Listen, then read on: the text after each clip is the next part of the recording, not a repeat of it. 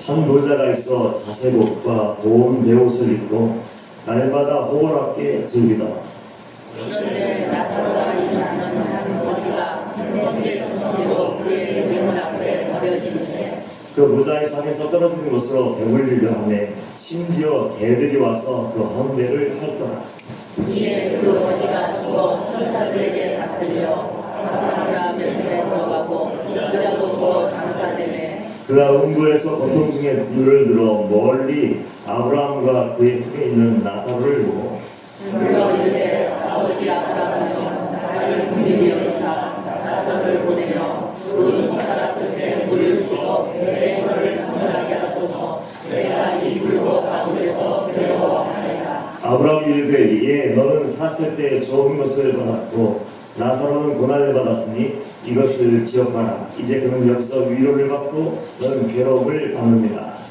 뿐만 아니라 너희와 우리 사이에 금으로 무늬가 놓여 있어 여기서 너희에게 넘어가 보자 하되 할 수 없고 거기서 우리에게 넘어가고 그래 하려니라. 이르되 그는 아버지여 구하노니 나사로를 내 아버지의 집에 보내소서. 내 굴에 가섯이 있으니 그들에게 증언하게 하여 그들로 이 고통받는 곳에 오지 않게 하소서. 아브라함이 이르되 그들에게 모세와 선지자들이 있으니 그들에게 들을 테니라. 이르되 그렇지 아니하니라. 아버지 아브라함이여 만일 죽은 자에게서 그들에게 가는 자가 있으면 그에게 하리이다. 함께 시작. 이르되 모세와 선지자들에게 지지 아니하면 비록 죽은 자 가운데서 살아가는 자가 있을지라도 고난을 받지 아니하리라 하시니라. 아멘. 아멘. 할렐루야. 저는 내년에도 또 오려고 했는데 담임 목사님이 지혜로우신 것 같아요. 5년 동안 저를 못 오게 하셨어요. 그런데 불구하고 믿음의 지혜로 그렇게 하시는 예수님만 바라보시고 매주 매 시간마다 은혜 받으시길 주님으로 축복합니다. 저희 한 광주교회 성도님 중에 한 분이 신내림 받은 무당이었어요.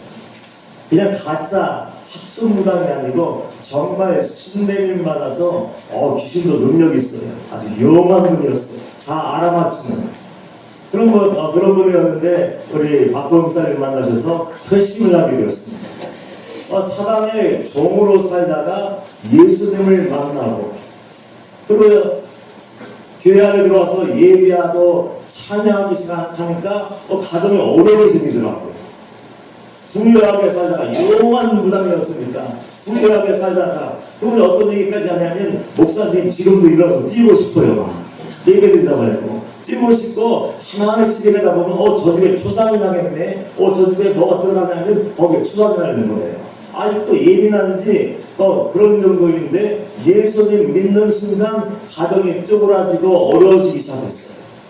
그러니까 부유하게 살다가 한순간에 예수님 만나고 모든 것을 다 던져버리고 그리고 예수께로 돌아가니까 남편이 상처를 받았다고 봅니다.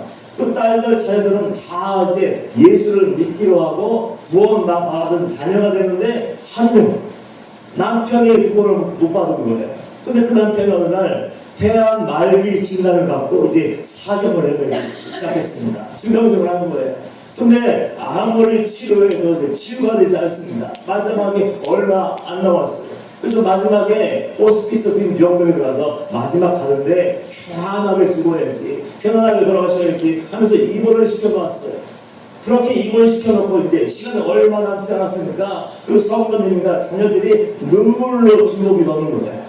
하나님이 데려가셔도 좋은데요. 이 예수님을 만나러 가게 해주세요. 예수님을 영접하고 가게 했어요. 왜냐하면 예수 믿고 나니까 예수가 있는 것을 하니까 그냥 예수 믿지 않고 지옥에 간다는 것은 상상할 수 없는 일이기 때문에 또 가족들이 눈물로 기도하는 거예요. 목사님 죄송하지만 그 마지막 명월이지만 와서 예수 그리스도의 복음을 좀 전해주세요. 복음을 전해주세요. 병원에 찾아가서 열심히 말씀을 전했습니다. 내가 만난 예수님, 내가 죽을 뻔하다가 심판 앞에 서게 됐는데 구원받는 것이 얼마나 어려운지 모른다. 그러면서 회개하고 구원받고 예수님도 천국까지 하면 안 된다. 또 간절한 마음으로 말씀을 전하고 왔어요. 말씀을 전하는데 말을 안 듣는 것 같더라고요. 눈을 감고 고개를 푹 숙이고 얼굴에 막 환한 모습이 역력하고 이게 지금 무슨 얘기하는 거야 그런 것 같더라고요.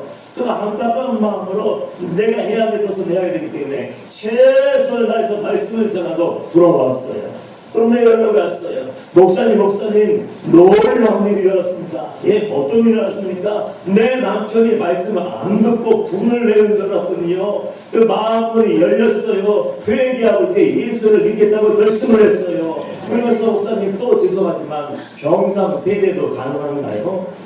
얼마든지 줄 수 있죠. 한 영혼을 건져낼 수만 있고 한 영혼을 마음의 소망에 의해서 끄집어내서 천국 백성 되게 만들 수 있다면 언제라도 달려갈 수 있죠.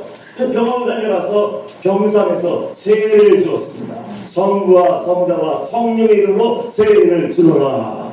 당신은 이제 하나님의 자녀가 되었습니다. 왜냐하면 마지막 시간이지만 진심으로 죄를 뉘우치고 예수 믿기로 결단하고 스스로 자원해서 억지로 교회 갑시다, 억지로 세례 받읍시다, 그런 게 아니라 자원해서 세례 나 같은 사람도 세례 받을 수 있어. 그 마음을 하나님이 얼마나 기뻐하시겠어요. 요새 주고에게 돌아왔어요. 그러나 그럼에도 불구하고 그 성모님 남편은 하나님의 부르심을 받았습니다. 그런데 그 장례식을 다 치르고 난 다음에 또 그 성도님과 가족이 와서 얘기하는 거예요. 목사님, 정말 이건 기적이에요. 우리 남편이 숨을 거치게 몰아쉬고 헐떡거리면서 이제 아버지 앞에 갈 순간이 왔는데 갑자기 가족들을 다 모이라고 하더래요. 아내도 모여, 자녀들, 딸들도 모여, 손자들도 모여, 다 모이게 하고 그 가족들이 모이는 앞에서 산상수훈의 말씀을 했다는 거예요. 어떤 산상수훈의 말씀이냐면, 잘 들어야 돼. 지금 천사가 나를 데리러 왔다. 마지막 때가 되면 영의 눈이 열리나 봐요. 예수를 믿었든지 믿지 않았든지 영의 눈이 열리는지, 어떤 사람들은 마귀가 나를 데려왔다 하고 어떤 사람들은 천사가 나를 데려왔다 하면서 안 끌려가려고 몸부림치다가 눈을 부릅뜬 채 죽음을 맞이하는 사람이 있는데, 그분은 예수 믿지 며칠 되지 않았어요. 세례받은 지 몇 날이 되지 않았어요. 그런데 담대하게 십자가를 붙잡고 천국을 소망하는지 그 믿음 보시고 주님이 눈을 열어 보게 하시는데 천사가 보이고 천국이 보이는 거예요. 그래서 내가 마지막으로 너희들에게 유언을 하는 거예요. 나는 지금 천국에 간다. 늦게 믿었지만은 마지막 막차를 타고 천국에 들어간다. 그러면서 한 번을 딱 했다는 거예요. 너희들 이 땅에 있으면서 예수 잘 믿다가 우리 천국에서 만나자.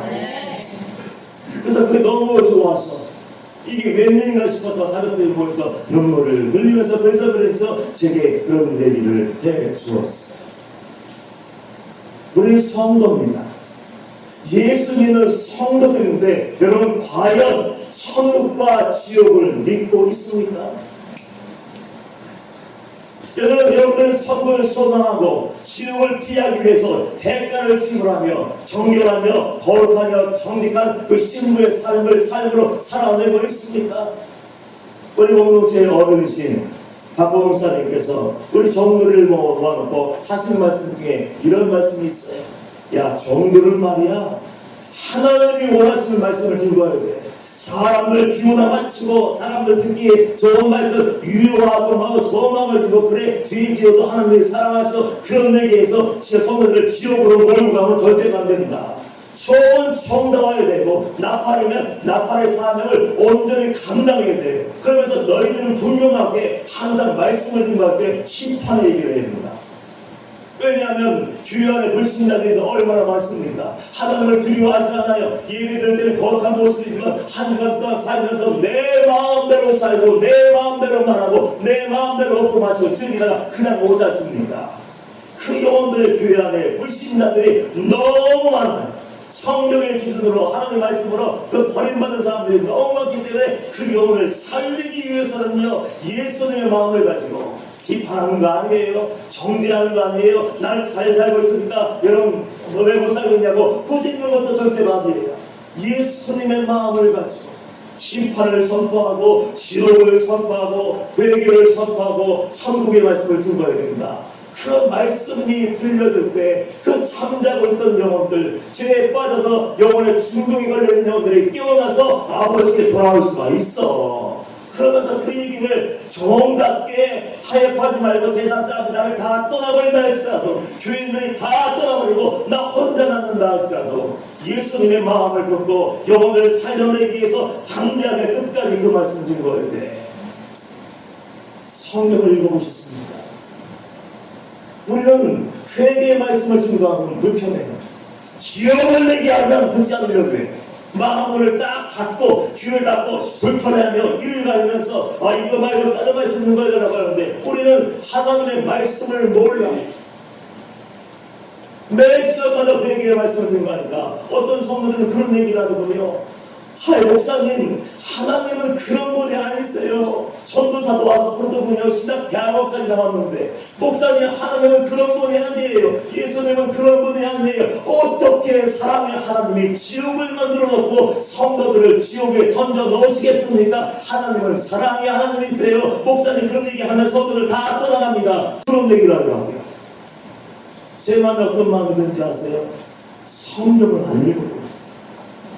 성경을 한 번이라도 똑바로, 성경을 한 번이라도 제대로 읽었다면 무시무시한 심판과 구원의 기준과 천국과 지옥이 있는 것을 알 텐데 성경을 안 읽으니까 하나님도 모르고 왜 회개 말씀을 능가하는지 하나님의 마음을 모르니까 불편한 마음으로 귀를 막아버리고 의식으로 마음에 빗장을 쳐버리고 안 듣고 그냥 위로해 주세요, 그냥 희망을 주세요, 그냥 소망을 주세요. 그 구성을 마귀가 그 구성을 꾸역꾸역 먹다가 지옥으로 떨어지는 거예요. 성경이 말씀하시는 말씀을 우리는 믿어야 돼요. 우리가 예수 믿으면서 신앙생활하면서 성경을 믿지 않는다면 소망이 있겠습니까? 하나님을 믿는 겁니까? 아니에요. 이게 우리 신앙생활은 종교생활이 아니고 문화생활이 아니고 세미나가 아니에요. 내 영혼이 죽어사는 문제가 달려있고 마지막 날 천국 가기 위해서 예배 드리는데 구원의 확신도 없고 천국과 지옥도 모르고 내가 만든 하나님을 섬기고 있다가 내 구원에 만든 구원의 기준을 붙잡고 있다가 지옥 가면 어떻게 할 거예요? 성경은 무시무시한 얘기가 많이 기록되어 있어요. 이보리서 9장 17절 말씀 보면 한 번 죽는 것은 사람에게 정해진 것이요 그 후에는 심판이 있으니 하나님 말씀하시더라고요. 히브리 기자를 통해서 성경을 통해서 한 번 죽는 것은 사람에게 정해진 것이요 그 후에는 끝이 아니야.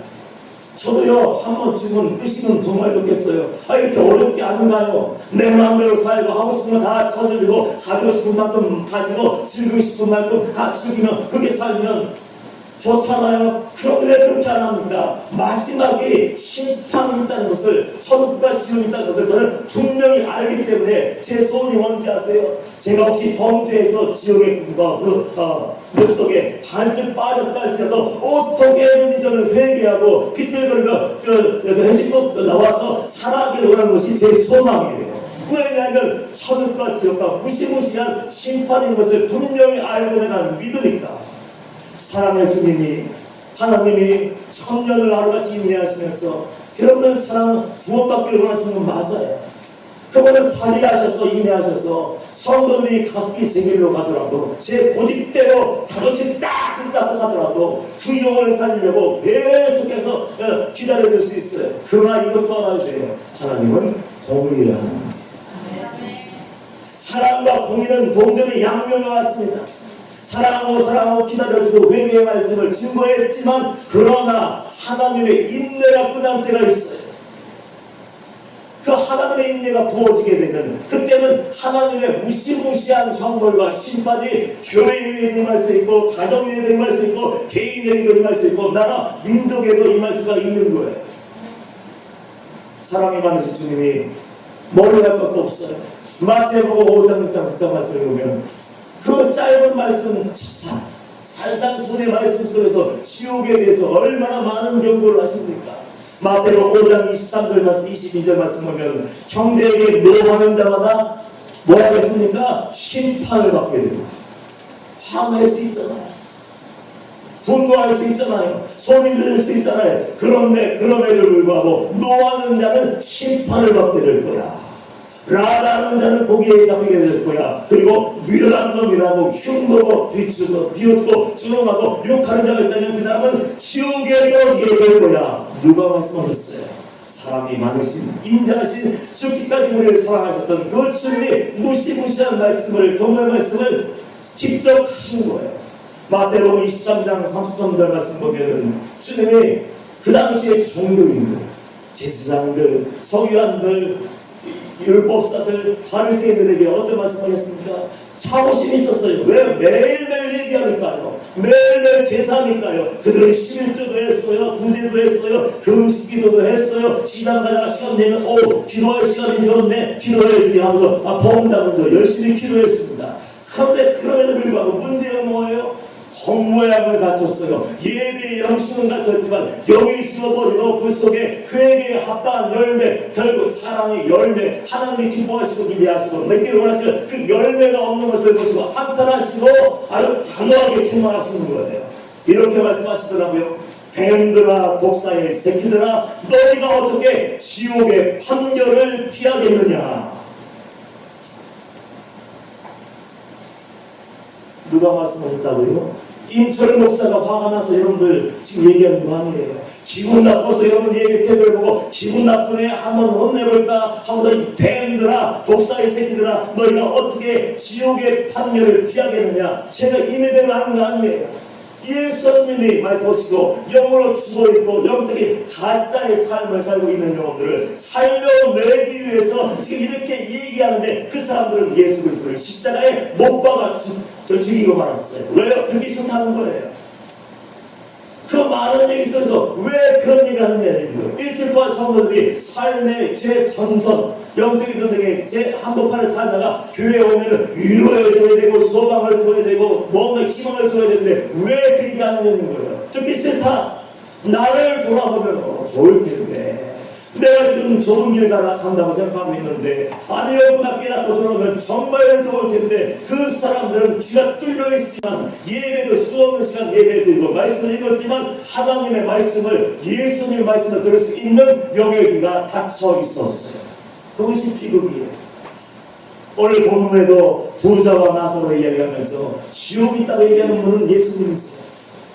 부자는 어떻게 살았습니까?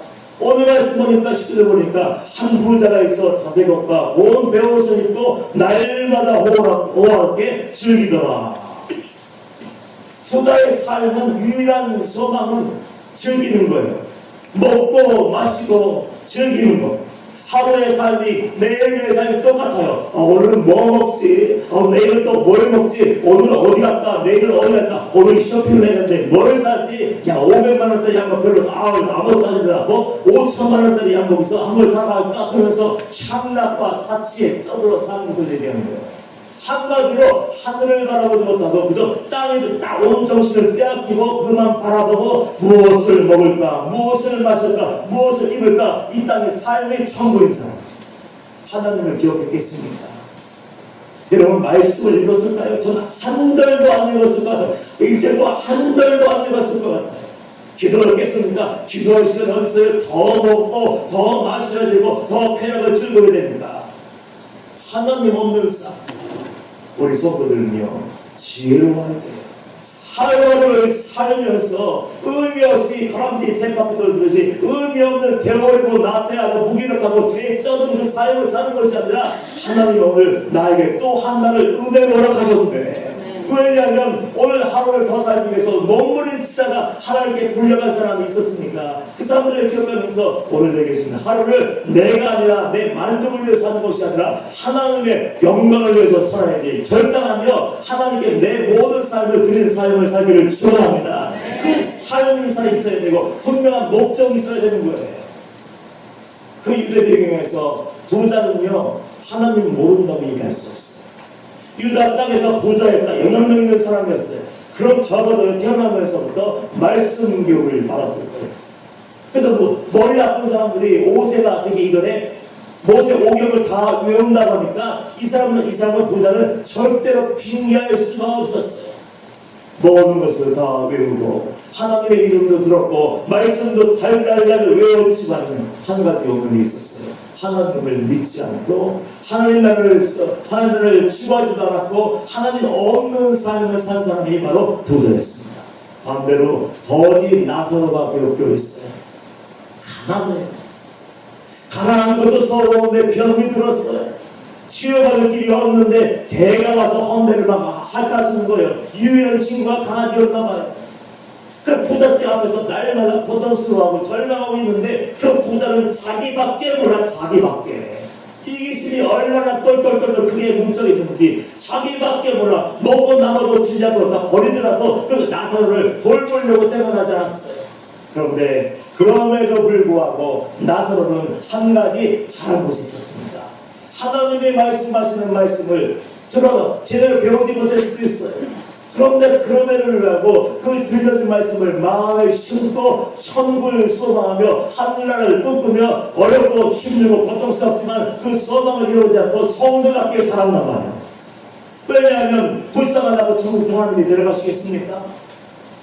가난하다고 그냥 천국으로 이끄시겠습니까? 성도다운 삶을 사니까 하나님의 천국으로 인도하시죠.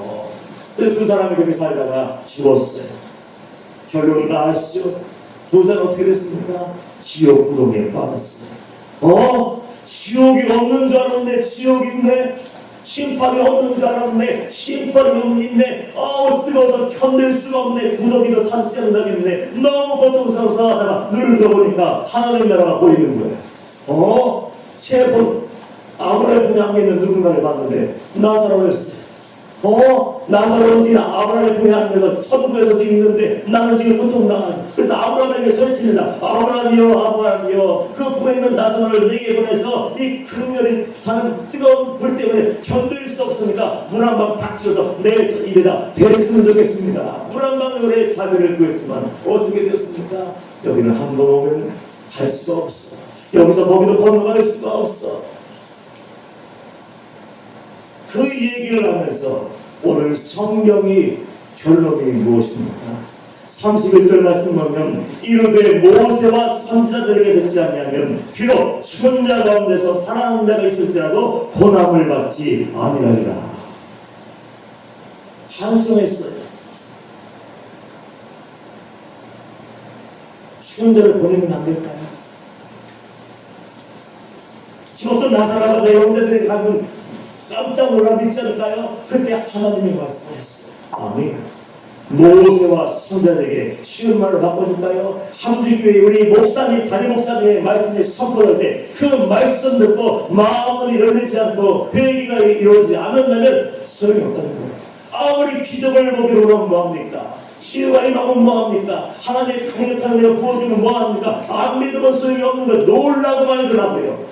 신기한 듯이 구경하다 끝난 사람이 얼마나 많은지요. 그래서 하나님은 말씀이 선포될 때 말씀을 듣고 온전하게 반응하지 않고 말씀을 들었을 때 돌이키지 않으면 소망이 없고 믿을 수 없다라고 지금 얘기하고 있는 거예요. 우리가 정말 살기를 원한다면 어떻게 됩니까? 하나님의 백성들이 하나님의 말씀을 듣지 못한다는 것은 비극이에요. 하나님이 말씀하실 때 그 말씀하시는 말씀이 힘들고 괴로워도 나를 살릴 말씀을 안다면 마음을 활짝 열고 듣기를 축원합니다.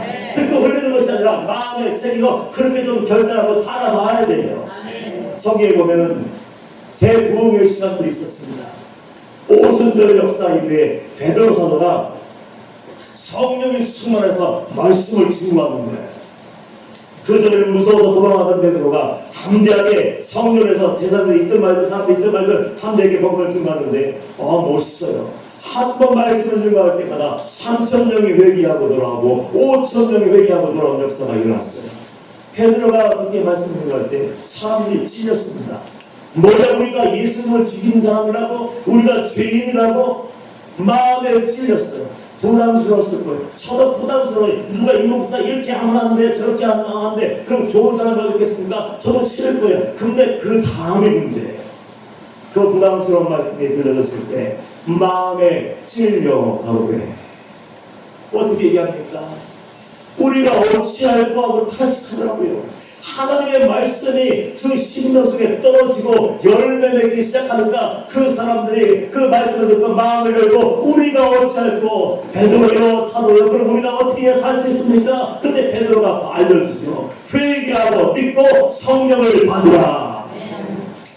회개하면 돼. 지금도 늦지 않았어. 은밀한 일을 다 버려. 영적인 교만도 자만심도 내가 잘났다고, 내가 의롭다고, 내가 범인하고 거다 버리고 내 권리도 포기하고 주님 십자가 앞에 나아가 무릎 꿇고 살려달라고 기도해.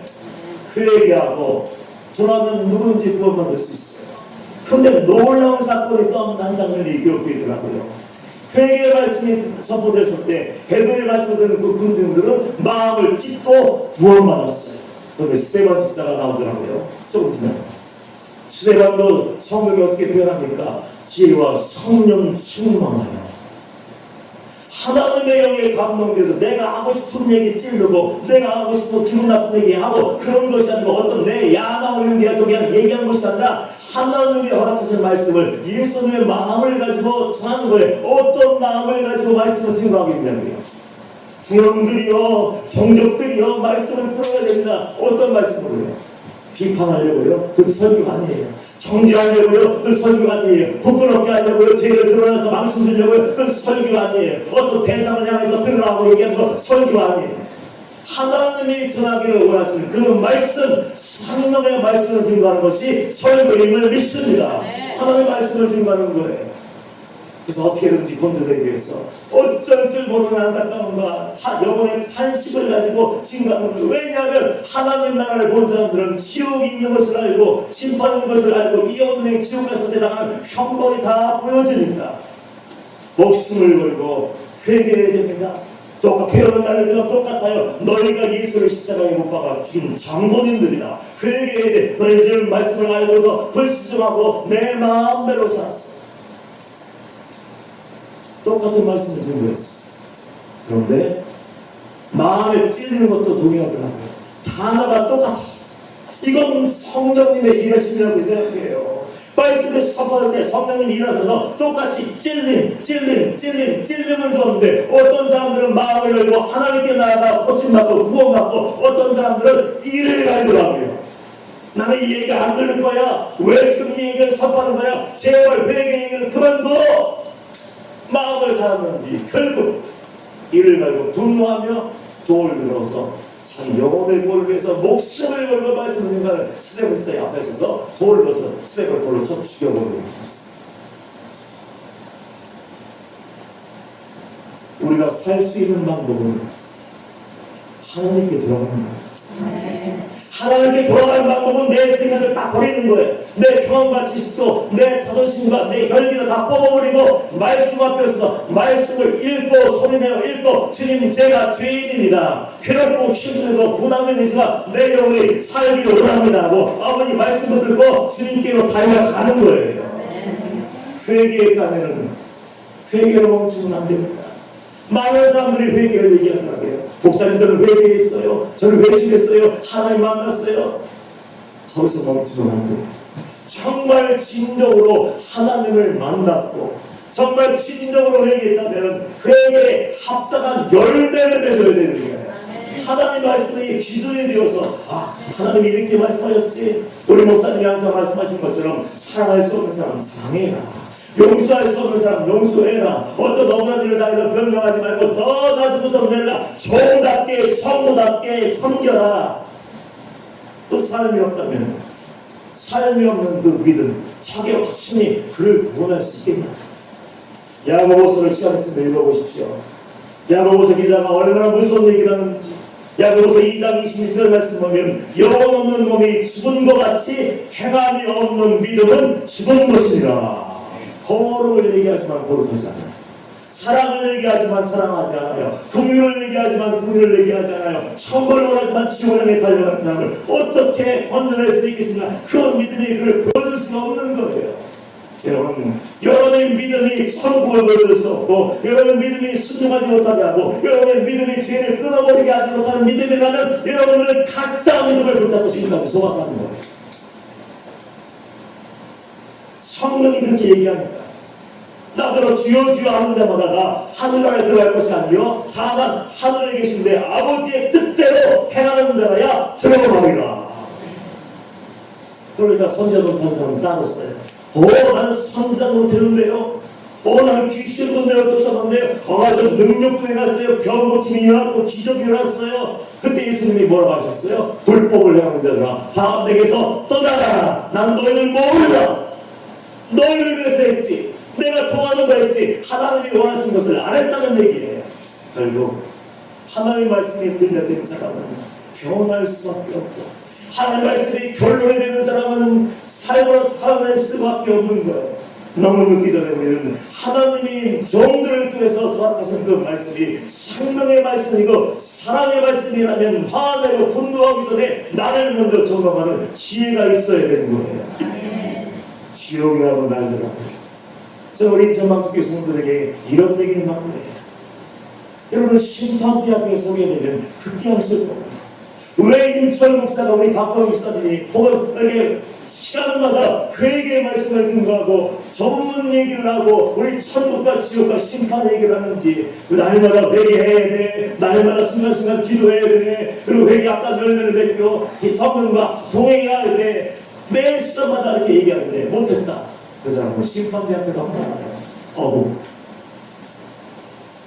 기도할 수 있을 때 내가 도와줄 걸. 내 영혼의 구원을 위해서 더 많이 기도할 걸. 아이고 내 영혼이 죽게 되는데 내가 시간 있을 때 기회가 있을 때 정말 말씀을 읽고 지식으로 머리에 쌓고 판단만 하고 비판하는 것이 아니라 정말 그렇게 살았어야 되는데 하고 늦게 후회할 때가 분명하게 온다는 거예요. 수십 년 예수 믿고 신앙생활하고 교회생활하는 것은 아무 소용이 없어요. 말씀을 듣고 정말로 구원받은 후에 성도다운 삶을 살아야 됩니다. 천국과 지옥은 분명히 있어요. 어느 날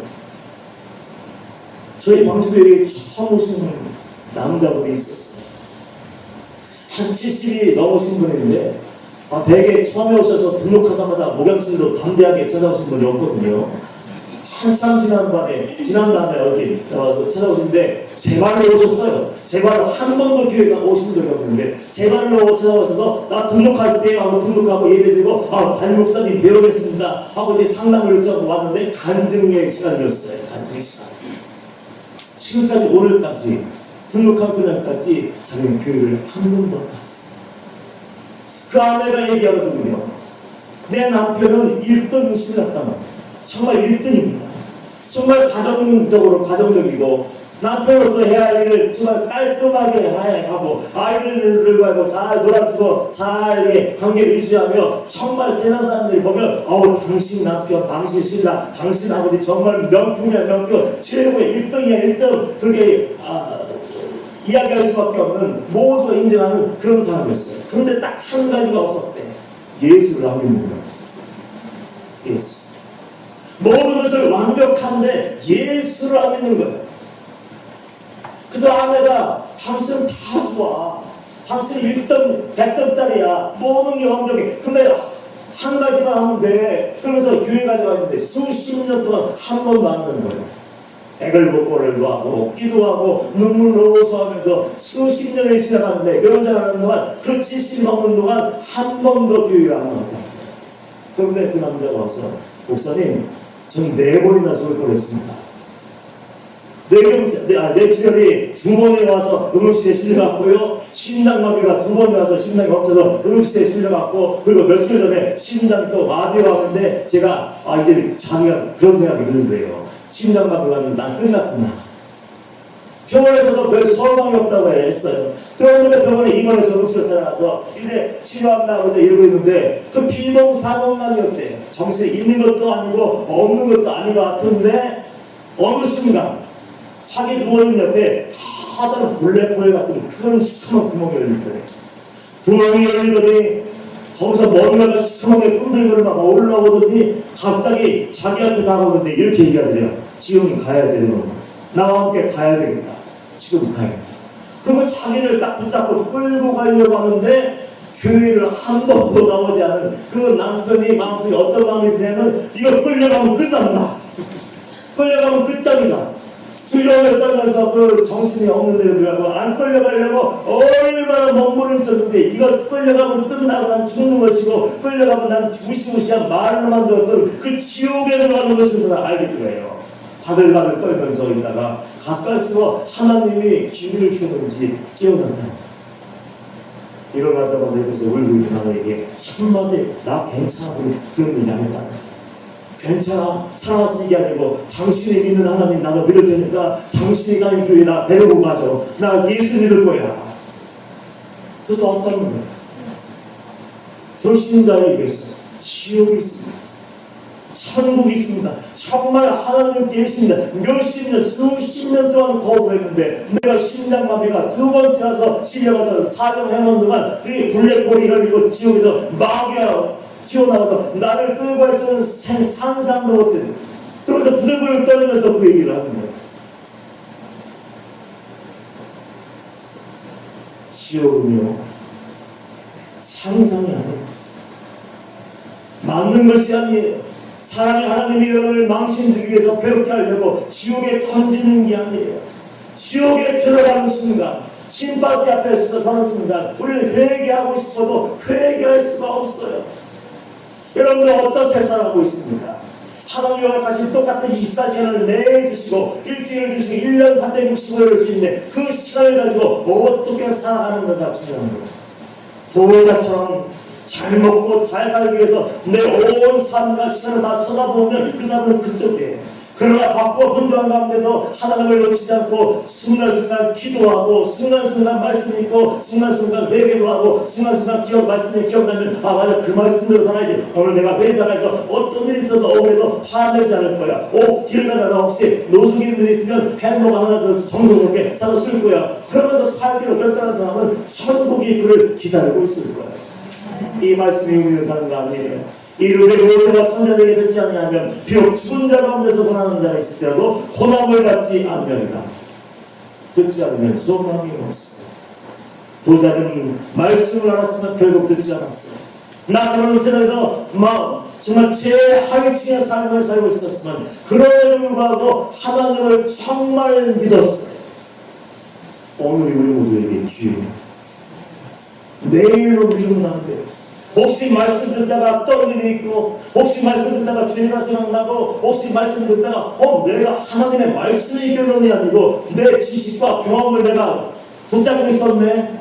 내가 주인 노릇했네. 하나님의 주인이 되셔야 되는데 그런 깨달음이 있다면 오늘 빨리 그것을 빼버리고 잘라버리고 끊어버리고 회개하고 아버지께 돌아와 순종하며 좋은 일을 할 때 우리는 소망이 있는 거예요. 하나님의 인내가 끝이 나요. 하나님은 여러분 모두를 사랑하시고 여러분을 구원받기 원하시는 한 하나님의 인내가 끝나는 때가 분명하고 있습니다. 노아의 사건을 명심하셔야 돼요. 120년간이라도 하는 배를 만들면서 의의 선자의 사역을 감당했어요. 혼자 살려고 그랬지 않았어요.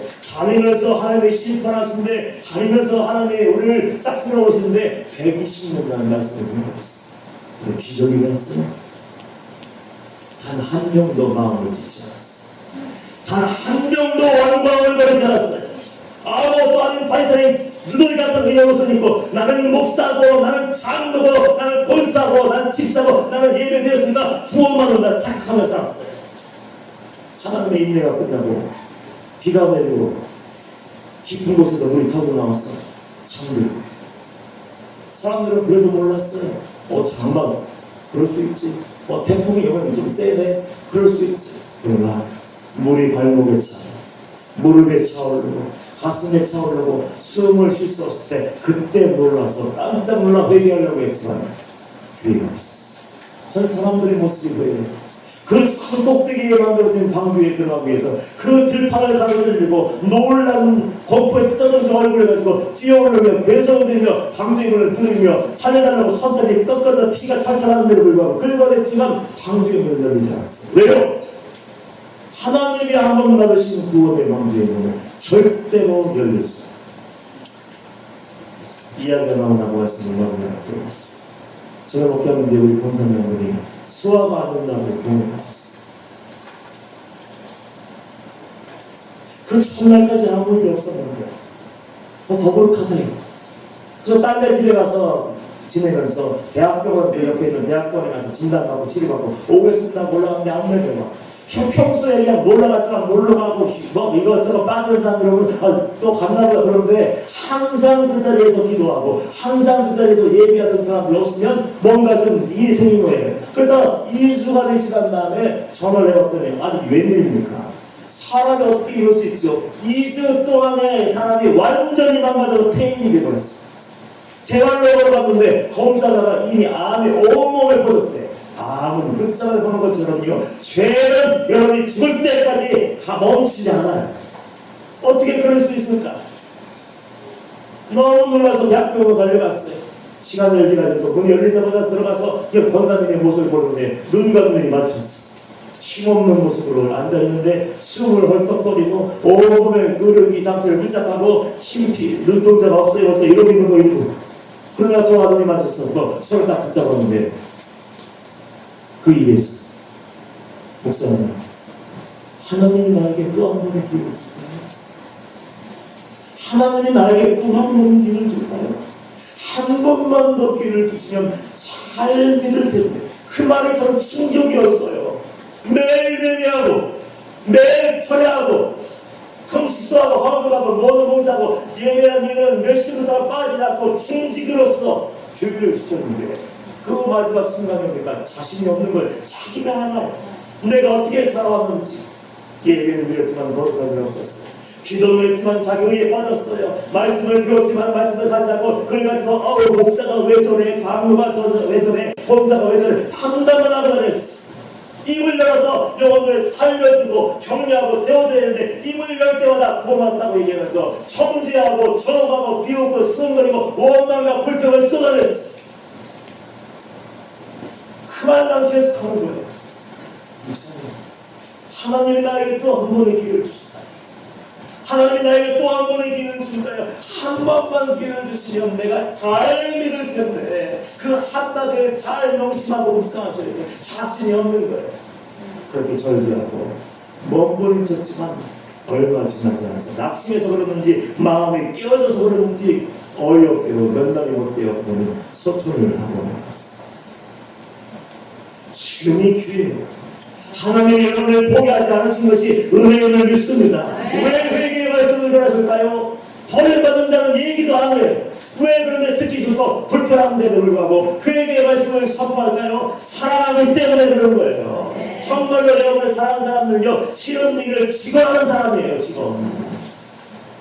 환자에게, 암 환자에게 의사가 괜찮아요? 환자 법치고 보낸다면 여러분 화낼 거예요. 영적으로 마찬가지. 내 영혼이 죽어있기 때문에, 내 영혼이 숨을 헐떡거리고 있기 때문에, 살아있다는 이름을 가졌지만 열매가 없기 때문에 깊은 중도에 걸리는 것을 하나님이 아시기 때문에 그 영혼을 성령을 통해서 예수님을 통해서 중보기도 하게 하시고 복음의 마음으로 단단하게 굳은 마음을 단단하게 컴퓨터 같은 마음을 깨기 위해서 딱 내리치고 있는데 그 얘기를 듣지 않는다. 듣지 않으면 소망이 없어요. 하늘 말씀이 믿어지지 않으면 소망이 없어요. 주님이 이 시간 통해서 내게 주신 말씀을 외면해버리면 여러분은 내일은 회개할 수 없어요. 왜냐하면 그 사람은 내일 또 미룰 테니까. 지옥에 떨어지면 하나님의 인내가 끝나지면 소망이 없어요. 울고 난리를 쳐도 아무런 은혜가 보여지지 않아요. 요한계시록 21장 8절 말씀 보면 이런 말이 기록되어 있어요. 그러나 두려워하는 자들과 믿지 않는 자들과 흉악한 자들과 살인자들과 음해하는 자들과 정술가들과 우상숭배자들과 거짓말하는 모든 자들은 불과 유황으로 타는 못에 던져지리니 이것이 둘째 사망이네. 누가 말씀하셨어요?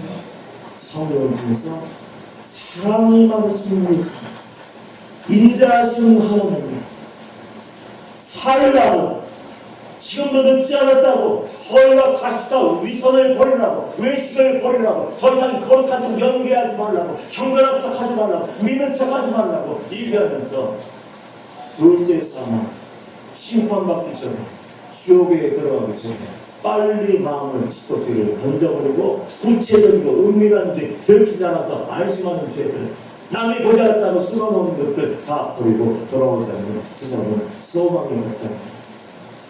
하나님의 마음을 여러분들 아시기를 축원합니다.